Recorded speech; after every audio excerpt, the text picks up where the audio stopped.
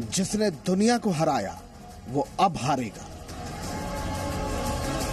एक तो कोई किसी भी तरह का हम आप सब सहयोग करें, कोई पैनिक इसके बारे में नहीं फैलना चाहिए। हिंदुस्तान के हौसले की होगी जीत। अब बड़ा स्पष्ट है, मैं भी आपको बोल रहा हूँ, ऐसे डॉक्टर बोल रहा हूँ कि भाई अगर हम गैदरिंग्स वगैरह के अंदर पार्टिसिपेशन अवॉइड करते हैं तो इट इज गुड। खत्म हुई तैयारी, अब इलाज की बारी। ये भी एक तरीका हो सकता है, इसे सेफर तरीका रादर देन दिस कि मैं अपने खांसते छींकते समय हम टिश्यू पेपर का यूज करें, उसको फिर डिस्ट्रॉय करें प्रॉपर। कोरोना पर जानकारी बढ़ाएं, वायरस हराएं।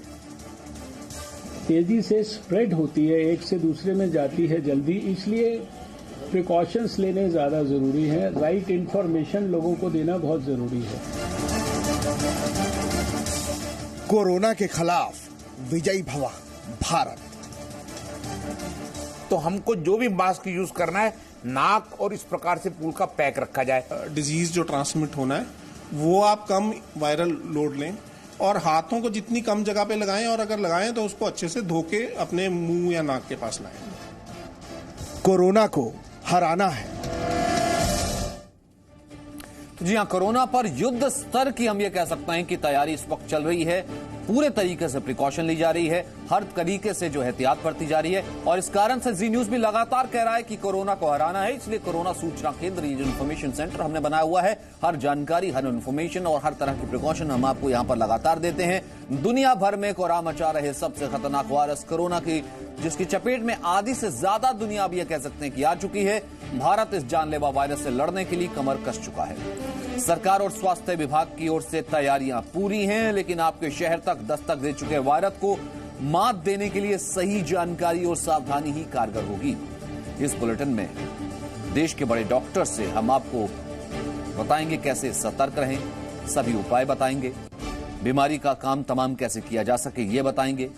सबसे पहले आपको देश की संसद की तस्वीर दिखाते हैं। कोरोना वायरस को हराने के लिए संसद में सांसद एक दूसरे को सैनिटाइजर बांटते दिखे। ये देखिए, गुलाम नबी आजाद नजर आ रहे हैं। जयराम रमेश को उन्होंने सैनिटाइजर दिया। हर आदमी छोटी सी एक बॉटल सैनिटाइजर की जेब में रख के चल रहा है। हाथ मिलाने से पहले सैनिटाइजर दे रहे हैं। जयराम रमेश और एनसीपी सांसद माजिद मेमन भी मौजूद है, वहां पर आते हैं और उनके हाथ में भी वो सैनिटाइजर देते हैं। और फिर यानी कि अवेयरनेस के लिए बहुत जरूरी है तस्वीर अपने आप में, क्योंकि ये कैरी करती है तस्वीर अपने आप में बहुत कुछ बताती है कि आप एक दूसरे से जब भी मिले हाथों को लगातार सैनिटाइज करते रहिए क्योंकि कोरोना वायरस से 31,000 से ऊपर मौतें हो चुकी हैं। 90,000 से ज्यादा लोग वायरस से संक्रमित हैं। 90,000 से ज्यादा लोग इन्फेक्टेड हैं। लेकिन आपकी हमारी चिंता यह है कि देश में क्या कोरोना के मरीज बढ़ रहे हैं, लेकिन आपको चिंता करने की जरूरत नहीं है, क्योंकि कुल 26 मामले हैं जो पॉजिटिव हैं, लेकिन इनमें से 16 इटालियन नागरिक हैं और केरल में 3 लोग पहले ही स्वस्थ हो चुके हैं। यानी घबराने की जरूरत नहीं है, सावधान रहने की जरूरत है।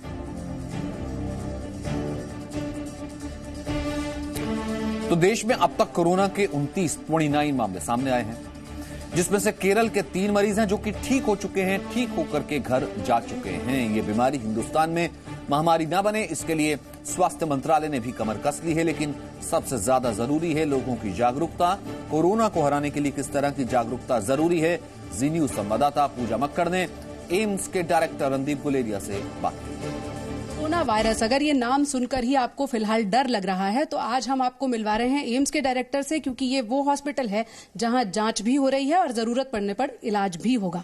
डॉक्टर गुलेरिया, आप उन सेंटर्स में हैं जहां इन्वेस्टिगेशंस की जा रही हैं, तो सबसे पहले तो लोग ये जानना चाहते हैं कि कब उन्हें जाकर जांच कराने की जरूरत है और कब उसे सिर्फ खांसी जुकाम बुखार मान के घर पर रह सकते हैं। तो ये बहुत अच्छा सवाल है, क्योंकि ये समझना जरूरी है कि हर एक इंसान जिसको जुकाम, नजला, खांसी, बुखार है, कोरोना वायरस नहीं है।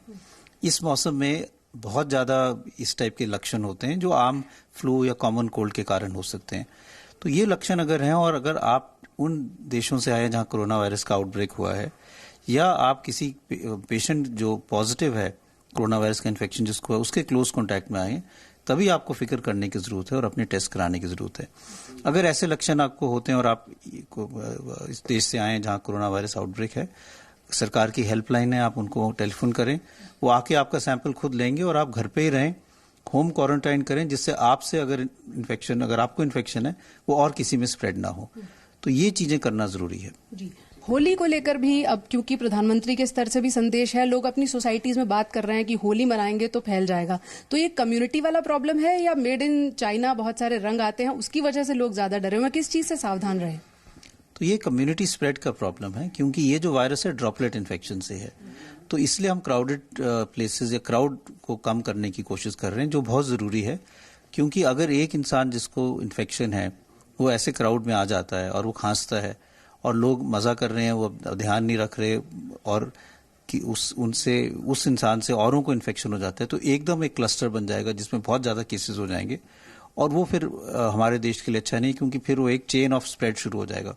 हमें वो चेन ऑफ स्प्रेड को रोकना है और उसको रोकने के लिए क्राउडेड प्लेसेस में ना जाएं तो बेटर है। अगर आपको कोरोना वायरस जैसे लक्षण लगते हैं और आप किसी पेशेंट के कांटेक्ट में आए या ट्रैवल किए हैं तो घर पे ही रहें, अपने आप को सेल्फ क्वारंटाइन करें, अपनी टेस्टिंग कराएं और रेगुलर कफ एटिकेट्स और हैंड वॉशिंग करें, तो इससे आगे इन्फेक्शन नहीं फैलेगा। दिल्ली जैसे शहर में मेट्रो का ट्रैवल एक बड़ा कंसर्न है लोगों के लिए, उसमें आप जो सफर करते हैं लोग उन्हें क्या कहेंगे? तो मैं यही कहूंगा कि जिनको बुखार है, खांसी है, जुकाम, नज़ला है, वो मेट्रो ट्रैवल अवॉइड करें, क्योंकि मेट्रो में क्राउड है और वो औरों को इन्फेक्शन दे सकते हैं। और सिमिलरली वो घर पे रहें, ऑफिस भी ना जाएं, क्योंकि ऑफिस में भी वो इन्फेक्शन स्प्रेड कर सकते हैं। तो अपने जो सिटीजन रिस्पॉन्सिबिलिटी है, अगर वो हम निभाएंगे तो हम इन्फेक्शन को अपने कंट्री में ज्यादा फैलने नहीं देंगे। आखिरी सवाल है सर, जो ग्लोबल स्प्रेड है और जो भारत की कंडीशंस हैं, अभी गर्मी आने वाली है, इम्यूनिटी माना जाता है कि वायरस को लेकर भारतीयों की ठीक रहती है, कितना आपको खतरा यहाँ पर लगता है? उतना ही डर है जितना चाइना में है या हम बेहतर स्थिति में? डर उतना ही है।